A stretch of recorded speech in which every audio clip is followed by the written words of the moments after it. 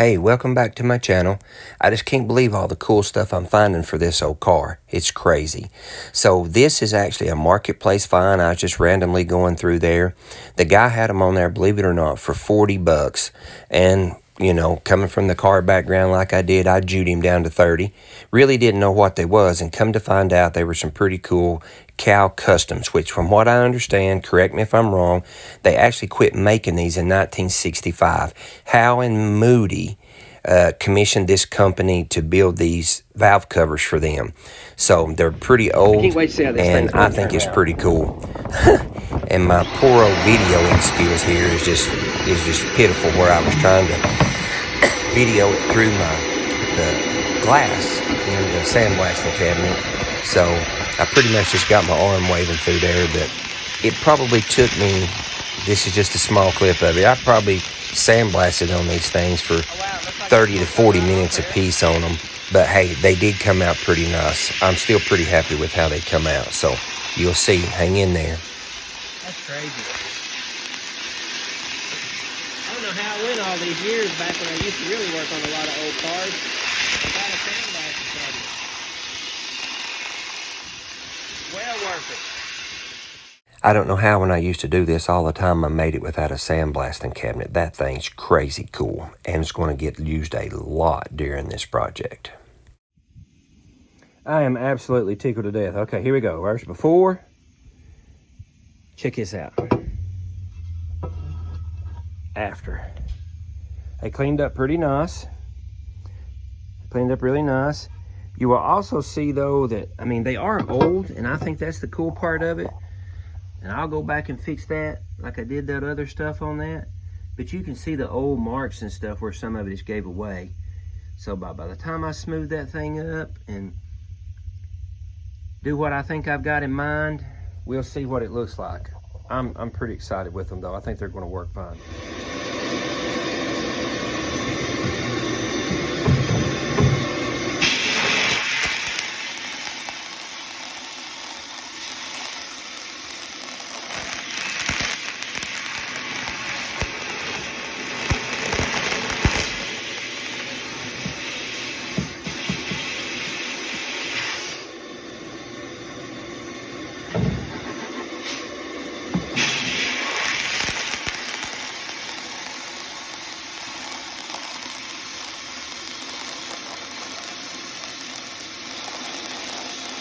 I don't know what kind of paint was on these dudes, but man, it was on there thick, and it was actually on there stuck big time. Took me forever to get all this sandblasted.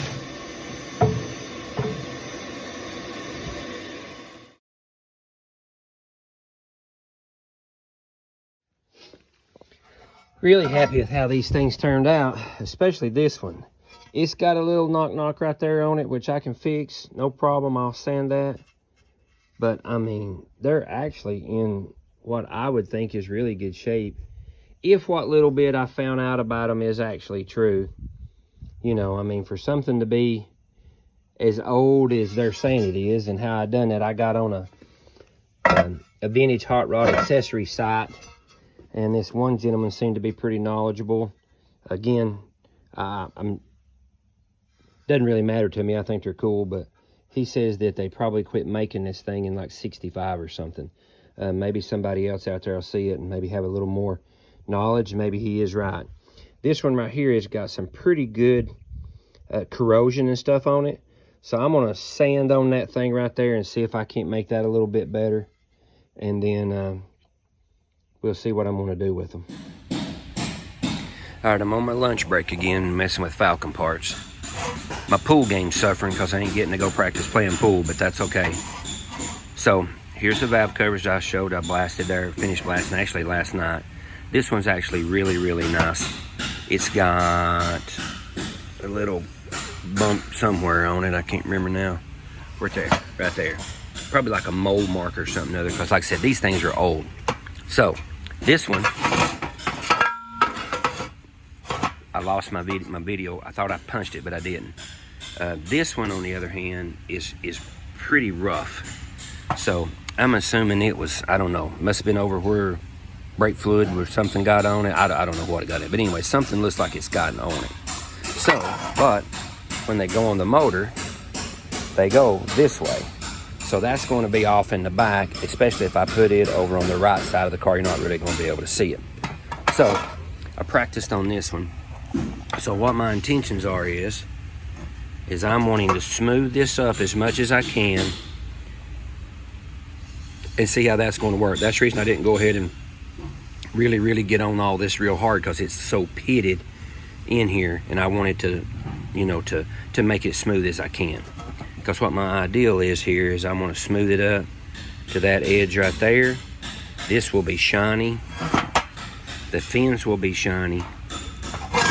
This whole side over here will be shiny. And in between will be charcoal like the car. So that's what we're planning on doing. I sanded on these things for my entire hour lunch break. Might even went over just a little bit on it. But I mean, I sanded and sanded and sanded.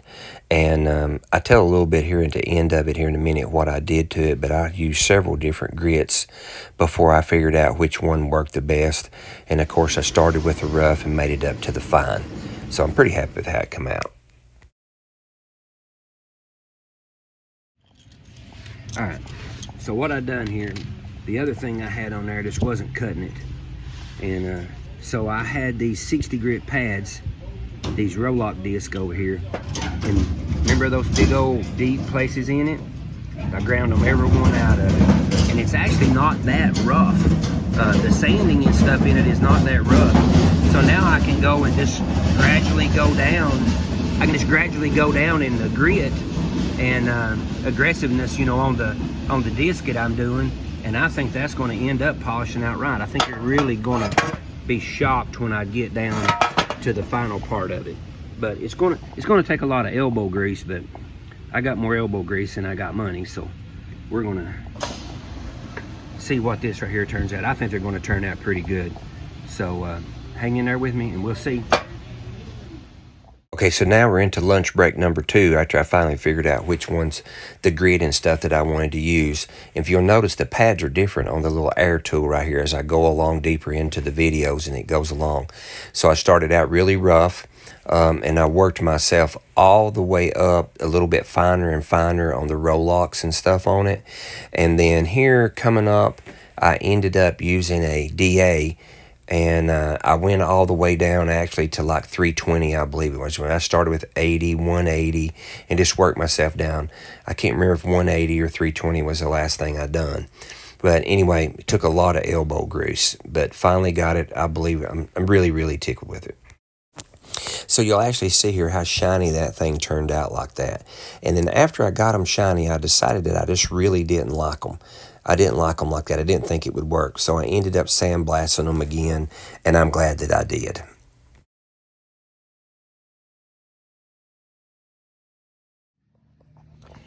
So I changed my sand, and I done them one more time. Them things look absolutely fantastic. I am super happy with them. Now, all I got to do is do my little trick to them where it'll match the car. With any of this body and painting stuff, it's the prep and using the proper equipment and everything. And guys, read the label. I know we're men. And if you ladies are working in this, you probably don't read them either.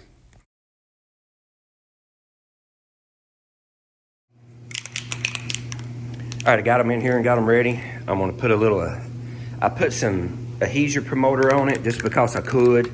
And paint shop recommended I do that. And then now I'm just putting just a light coat of adhesive, etch primer on it, basically just to make it a little more even, to where that the paint won't be spotty looking because of the imperfections in it. I'm hoping this will kind of give it a little bit of a more even texture, I guess is what I'm trying to say on this thing, to where that the paint will lay down more in there a little bit. Of course, it's textured a little bit anyway inside there, but with the age and everything, some of it's worse than the other ones. And as you've seen in that, this was the one that's the worst. Something that evidently got on it at some point or another and kind of etched off down in it and pitted it up pretty bad. But then again, if, you know, the people that's told me this is right, these things are 50-something years old. I mean, dang. You know, just the fact they're even here is something. The etch primer really made a big difference in smoothing some of that real pitted stuff up. I'm really glad and that's just part of how you do it. It made it a lot of difference.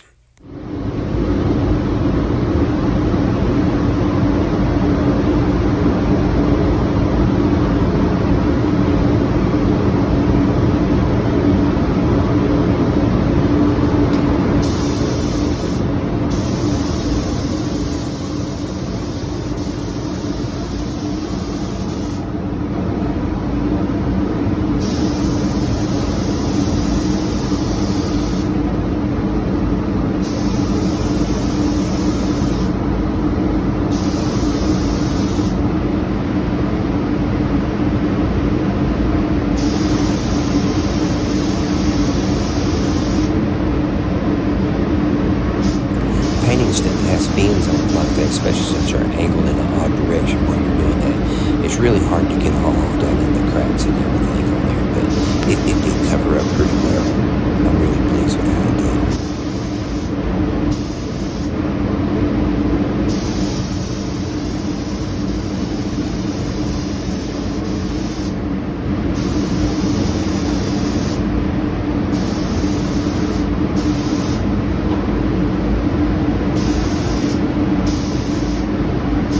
You'll notice I probably just put like 2 coats, maybe just a tad more because I overlapped some of that.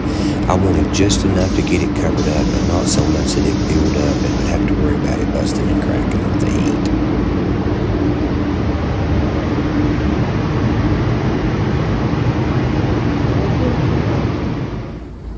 Alright, I got the gray on it. Now what I'm going to do is let that dry a little bit. I'm going to take it over there, untape it, sand these top edges, make them bright again, and then bring it back in here and put some satin clear on it.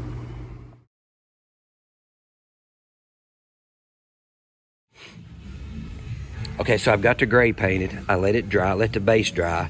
Now I'm gonna go back and I'm gonna take some 180 where I'd already flattened that out, and I'm going to get the paint off the fins to where that'll be aluminum, and then I'm going to clear it so it'll look like that.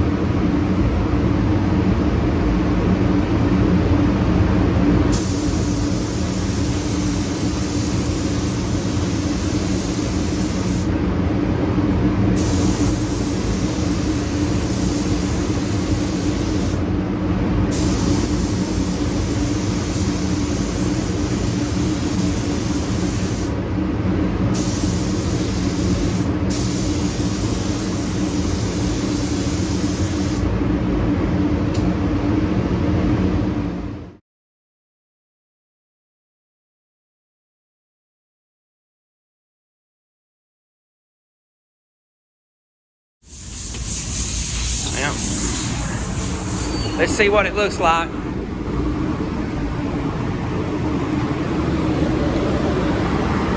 Oh yeah, I'm pretty happy with that. I mean, I think I am anyway. I mean, I think they look really nice, but yet you can still tell that they are super old. I mean, I could have made them all the way to where they look brand new, but that was kind of missing my point. I wanted them to look really nice, but yet where you could still tell that they were original, really old. So I think that's going to look nice. Now I may decide that ain't going to be nice once I get it all put together, but as of right now, I'm super happy with how they turned out. So a little bit of work. Cal Custom valve covers. I think it was $40 and several hours of work. I think that's going to work. Hey, like I said before, I'm really happy with how they turned out. The only thing that I'm bummed out about is I got all these probably several hours worth of work to make a 15-minute video. Thanks for watching.